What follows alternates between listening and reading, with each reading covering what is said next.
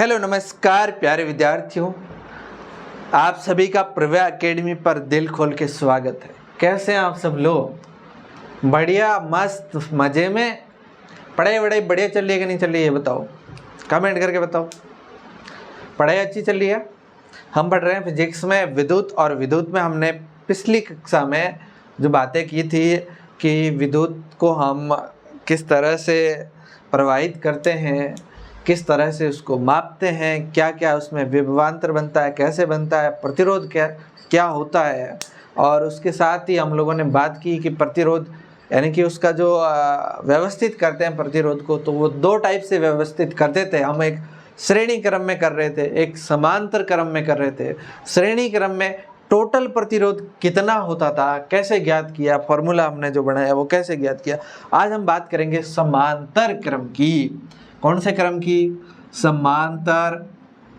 ये दूसरे नंबर का है समांतर क्रम, या इसी को दूसरा कह सकते हैं अपन पार्श्व क्रम। ये पार्श्व क्रम संयोजन है। इस प्रकार का अगर संयोजन है तो आप लोगों को टोटल प्रतिरोध ज्ञात करना है। तो सबसे पहले हमें बनाना इसका एक आरेख कि किस तरह से प्रतिरोध जो है वो बनता है। देखो भाई, यहाँ पर हमने लगा दिया एमीटर, और यहाँ पर हमने लगा दी बैटरी, और मान लो यहाँ पर हमने लगा दी कुंजी। अब विद्युत धारा प्रवाहित। अब एक प्रतिरोध यहाँ है, दूसरा हम यहाँ से ऐसे जोड़ते हैं, ऐसे जोड़ दिया। तीसरा हम लोग ऐसे जोड़ते हैं, ये जोड़ दिया। अब ये हमारे तीनों प्रतिरोध एक एक्स पॉइंट पे जुड़े हुए हैं। किस पे जुड़े हुए हैं? एक्स, और यहाँ पर वाई पे जुड़े हुए हैं। अब मान के चलो इसको हमने R1 का, इसको हमने R2 का, इसको हमने R3 का। अब इससे मान के चलो ये प्लस का हो गया, माइनस, ये माइनस का हो गया, और यहाँ से यूं विद्युत धारा जा रही है। ये तो सिंपल सा आरेख है। अब एक बात बताइए मेरे को, यहाँ से विद्युत धारा कितनी जाएगी? आई जाएगी। क्लियर बात? यहाँ से विद्युत धारा आई जाएगी। अब हम इसके बीच में, इस प्रतिरोध के बीच में अगर हम विभवांतर को मापेंगे ना, तो बेटा विभवांतर आपका यहाँ से मापा जाएगा। ये हमने समांतर क्रम में ही हमने इसके लगा दिया वोल्ट मीटर। कौन सा मीटर? Volt meter. तो देखो, अब एक बात बताओ मेरे को, R1 से R1 का विभवांतर कितना होगा? R1 का विभवांतर हो चाहे R3 का हो चाहे R2 का, विभवांतर तो इसमें क्या रहता है? नियत ही रहता है। यानी कि यूं कह सकते हैं विभवांतर तो क्या रहेगा? फिक्स ही रहेगा। तो V तो फिक्स रह रहा है। क्लियर मामला? V फिक्स रह रहा है तो कोई बात नहीं, V को छोड़ो आप। अब हम बात करते हैं I की, तो I इसमें परिवर्तित होगा। अगर प्रतिरोध R1 है तो इसका अलग I होगा, यानी कि I1 मान लो। अगर प्रतिरोध R2 है तो इसका प्रतिरोध अलग होगा, I2 मान लो। अगर प्रतिरोध R3 है तो बेटा प्रतिरोध क्या हो जाएगा? I3 हो जाएगा। प्रतिरोध क्या हो जाएगा? I3 हो जाएगा। ये बात आप लोगों को अगर समझ में आ गई ना, तो आराम से अपन इसका सूत्र ज्ञात कर लेंगे। करें?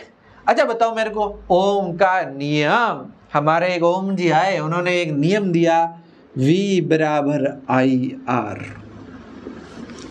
अब हमें मान देखो इसका I से ज्ञात करना होगा, तो हम कैसे करेंगे? सिंपल सा तरीका, I बराबर कितना होगा?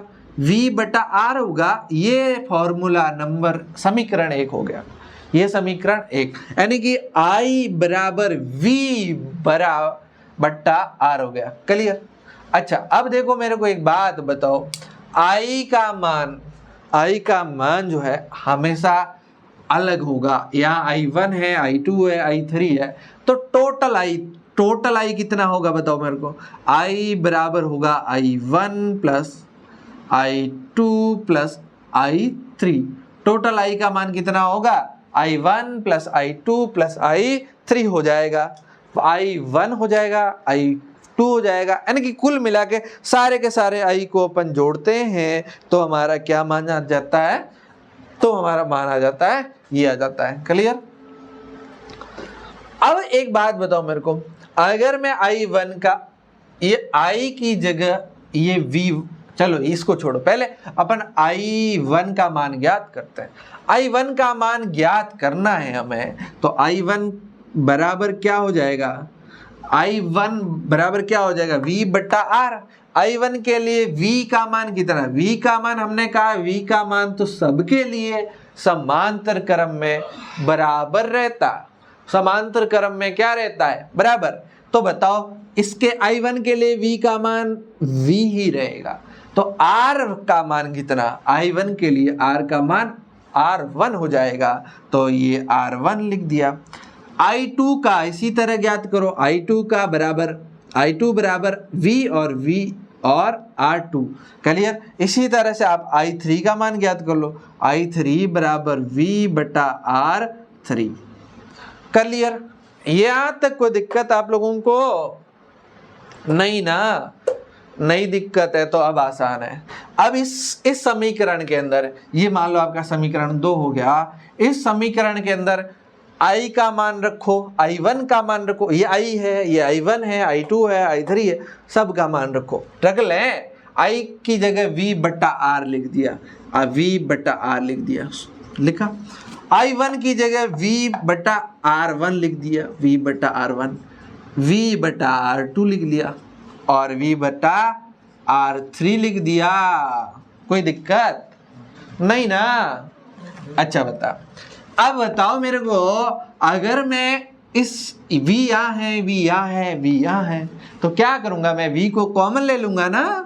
V बटा R बराबर V को लिया बार 1 बटा R1 प्लस 1 बटा R2 प्लस 1 बटा R3। समझ में आया कि नहीं आया? आया? सिंपल सा। चलो भाई, अच्छा मैंने बताया था आप लोगों को, ये V इधर गुणा में इधर जाएगा तो भाग में होगा, यानी कि V से V कट जाएगा। अब बताओ ऊपर क्या रहा, ऊपर क्या, कुछ नहीं है, मतलब 1 है। 1 बटा R, इससे न लिखकर हम दूसरी पेन से लिखते हैं 1 बटा R बराबर, ये कट गया, फिर ये पूरा लिख दो 1 बटा R1 प्लस 1 बटा R2 प्लस 1 बटा R3। ये हो गया आपका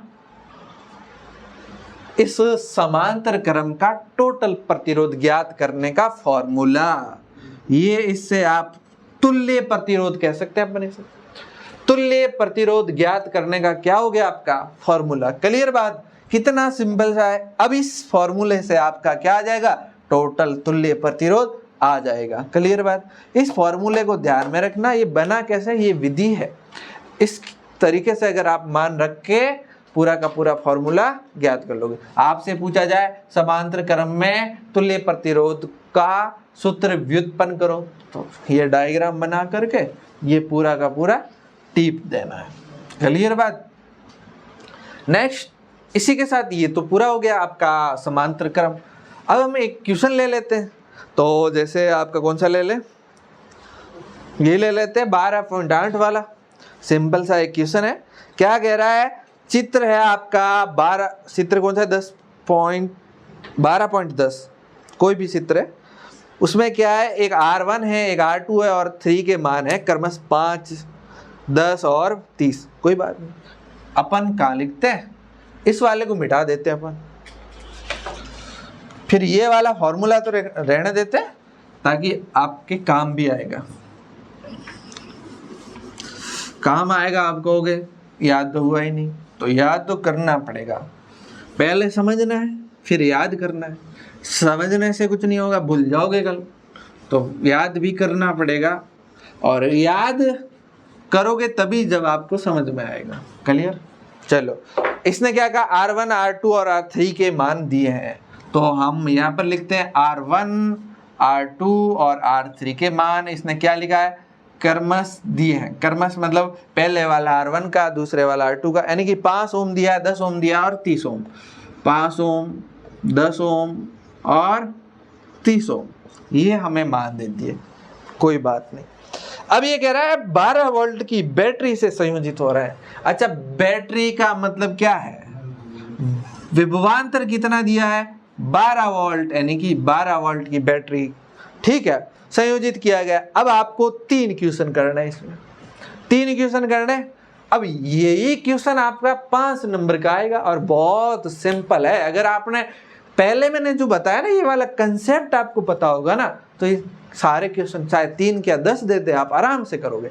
इसी से आपके बहुत ज़्यादा नंबर का जो पर्सन एग्जाम में आने वाला है, तो 5 का ये आएगा, छोटे छोटे और आएंगे 2-3, कुल मिलाकर सबसे बड़ा और ज़्यादा नंबर दिलाने वाला चैप्टर है। और अगर समझ लिया, एक भी क्वेश्चन गलत नहीं होगा। यही वाला समांतर श्रेणी समांतर श्रेणी समांतर श्रेणी, यही एग्जाम में आपको दिखेगा और आराम से करोगे। और अथवा में और आएगा, ठीक है ना, तो गलत होने के चांस ही नहीं है। चलो अब देखो पहला क्या कह रहा है। ये पहला ये कह रहा है कि प्रत्येक प्रतिरोधक में विद्युत धारा, परिपथ में प्रवाहित कुल विद्युत धारा। आपको पहले तो प्रत्येक प्रतिरोध में विद्युत धारा ज्ञात करनी है। चलो इसका अपन आरेख भी बना लेते हैं। आरेख बना लें, छोटा सा एक आरेख बनाएंगे अपन, छोटा सा बनाएंगे, छोटा सा। यहाँ पर हमने ये मीटर जोड़ दिया है, ये हमने बैटरी जोड़ दी है 12 वोल्ट की, और यहाँ पर हमने कुंजी जोड़ दी है, और यहाँ पर हमने 3 प्रतिरोध जोड़ दिए हैं, ठीक है। अच्छा ये R1 हो गया, R2 हो गया, R3 हो गया। अब मेरे को आप बताओ, ये कह रहा है कि क्या कह रहा है, प्रत्येक प्रतिरोध में प्रवाहित विद्युत धारा, प्रत्येक प्रतिरोध में प्रवाहित विद्युत धारा I का मान ज्ञात करना है। अच्छा एक बात बताओ मेरे को, I का मान अलग अलग होगा कि सेम ही होगा? तो मैंने आपको बताया कि इसमें I का मान अलग होता है। इसका मतलब आपको I1 ज्ञात करना, I2 ज्ञात करना और I3 ज्ञात करना है। फॉर्मूला है V/R1 V/R2 और बराबर V/R3। क्लियर? यहाँ पर इसका मान रखोगे तो आंसर तो आ ही जाएगा। यहाँ पर आप क्या करोगे, इसका मान रखोगे तो आंसर आ ही जाएगा। सिंपल सा मान है। V का मान हमें दिया 12, ओके। V का मान हमें कितना दिया, 12/R1 का मान 5 भाग देते जाओ आप फटाफट। ये V का मान फिर लिखो 12 और भाग कितने का, 10 का। यहाँ पर V का मान 12 भाग कितने का, 30 का। R3 का मान 30 है ना, 30 का। अब भाग दोगे तो ये आंसर आ जाएगा, आंसर आ जाएगा। आएगा कि नहीं आएगा? अगर हम लोग 12 में 5 का भाग देते हैं, कितनी बार जाएगा, कितनी बार जाएगा बताओ बताओ बताओ। इसको मिटा दूं क्या? चलो कोई नहीं, इधर लिख दे, इधर लिखेंगे उल्टा, ठीक है। आप उल्टा नहीं लिखेंगे। 12 में 5 का भाग दो, बताओ कितनी बार जाएगा? सीधा सा है, 10 में 2 बार जाएगा, 2 पॉइंट पीछे रहा, 2 में 2 के पीछे लगा 0 तो 20 हो जाएगा। बीच में 5 का भाग 4 बार। अच्छा बताओ, ये 2.4 आया। अब इसका मात्रक क्या होगा ये बताओ। फिजिक्स के अंदर आपको सारे के सारे आंसर मात्रक के साथ लिखने होंगे। अगर मात्रक नहीं लिखते हो तो आपका आंसर कहीं ना कहीं नंबर कटेगा, गलत भी मान ले पूरा का पूरा। मात्रक आपका सही होना चाहिए। चलो भाई, क्या मात्रक होगा? ये विद्युत धारा है, विद्युत धारा का मात्रक क्या होता है? एम्पियर होता है। चलो भाई नेक्स्ट बात करते हैं, इसका मान कितना आएगा? सिंपल सा है, नीचे एक 0 है तो एक संख्या छोड़ के पॉइंट लगा दो, एम्पियर हो गया। इसमें कितना आएगा मान बताओ, बताओ कितना आएगा? सिंपल सा है, 4 3 12 और पीछे रहा 10, एक संख्या को छोड़ के पॉइंट लगाओ, यानी कि यहाँ पर लगेगा पॉइंट, 0.4 एम्पियर। ठीक है, ये I1 I2 और I3 के मान आपको मिल गए।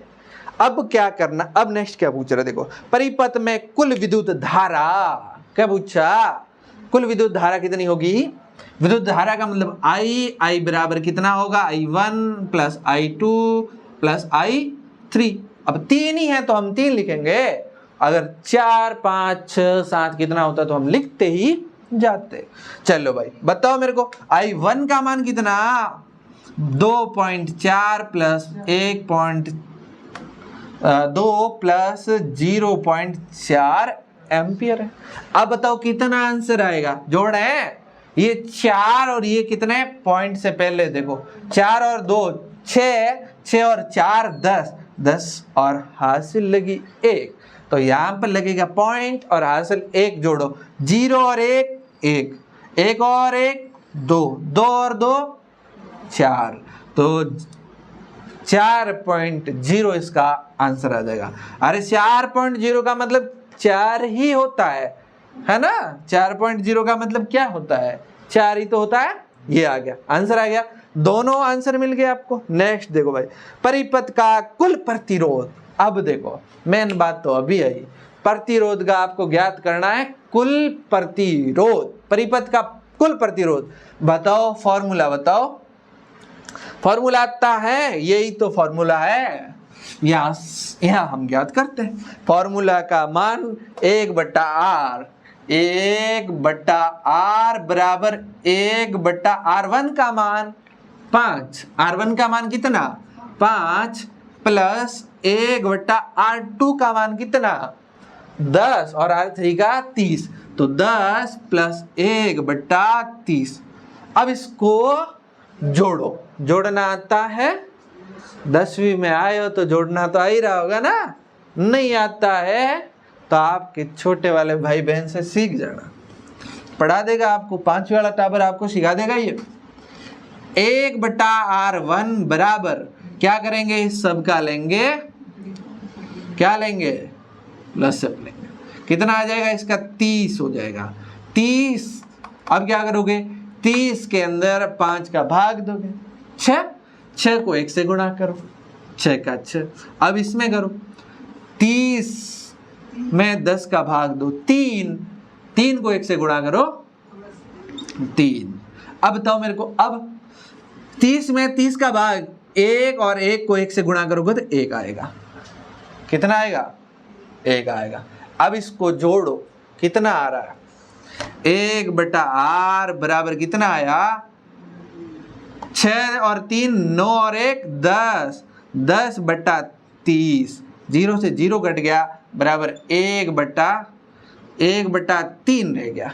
अब बताओ 1/3, अब r का मान 1/3 है क्या, टोटल प्रतिरोध 1/3 है क्या, ये बताओ मेरे को, टोटल प्रतिरोध 1/3 है क्या, है या नहीं है, कमेंट करके बताओ, है या नहीं है, नहीं है, नहीं है ना, r का मान थोड़ी है, 1/r का मान है, तो कैसे, तो देखो सिंपल सा 1/r बराबर 1/r3। अब यहाँ तो इन दोनों को उल्टा कर दो, दोनों को पकड़ के उल्टा कर दो, अगर तुम लोग नहीं पढ़े तो तुम्हें भी पकड़ के उल्टा कर देंगे। चलो इसको करो उल्टा, तो क्या आ जाएगा, r/1 और 3 बराबर 3/1, और बट्टे में 1 होता है उसका कोई मतलब नहीं होता है, यानी कि r बराबर 3, और मात्रक क्या लगेगा ये बताओ मेरे को, मात्रक क्या लगेगा ये बताओ, तब तक मैं इसको और समझाता हूँ। इसको देखो क्रॉस में गुणा करो, क्रॉस में करोगे तो ये 1 से गुणा होगा और ये 3 से गुणा होगा, यानी कि 3 को 1 से करेंगे तो कितना आंसर आएगा 3, और बराबर, और इसको 1 से r को गुणा करेंगे तो r3, 3 बराबर r, यानी कि r बराबर 3 आंसर आता है। अब मेरे को बताओ इसका मात्रक क्या होगा, इसका मात्रक क्या होगा। इस तरह के सारे बेटा क्वेश्चन है, सारे के सारे सिंपल और सरल है, और बड़े क्वेश्चन आते हैं सबसे ज्यादा नंबर का है और सबसे सरल चैप्टर है, ये बहुत सरल है और ज्यादा हमने लंबा भी नहीं खींचा, इसको कॉम्प्लिकेटेड भी नहीं बनाया, बहुत सिंपल तरीके से समझाया है। अगर फिर भी समझ में नहीं आ रहा है, कुछ भी कहीं भी थोड़ा भी डाउट है, आप हमें मैसेज कर देना, ताकि क्या है कि ये चैप्टर बहुत इंपॉर्टेंट है, यहीं से आपके नंबर बनते हैं, और ये यहाँ पर थोड़ी भी गलती होती है ना तो नंबर कट भी जाता है। आप 100 नंबर लाने वाले होंगे ना, और एक थोड़ी सी गलती से आपके 3-4 नंबर कट जाएंगे, समझे, इसलिए ये बात ध्यान रखना। चलिए, तो इसका मात्रक हो जाएगा आपका क्या, ओम हो जाएगा, ठीक है। चलो भाई मिलते हैं फिर बाद में, और दोस्तों अपने दोस्तों के साथ वीडियो को शेयर किया करें। आपके सारे के सारे क्लासमेट है या और कोई कहीं आपके पहचान के 10वीं के बच्चे हैं, उनको शेयर करें, वीडियो को लाइक करें, कमेंट करें, ताकि हम आपके लिए और मेहनत कर सकें। Thank you so much.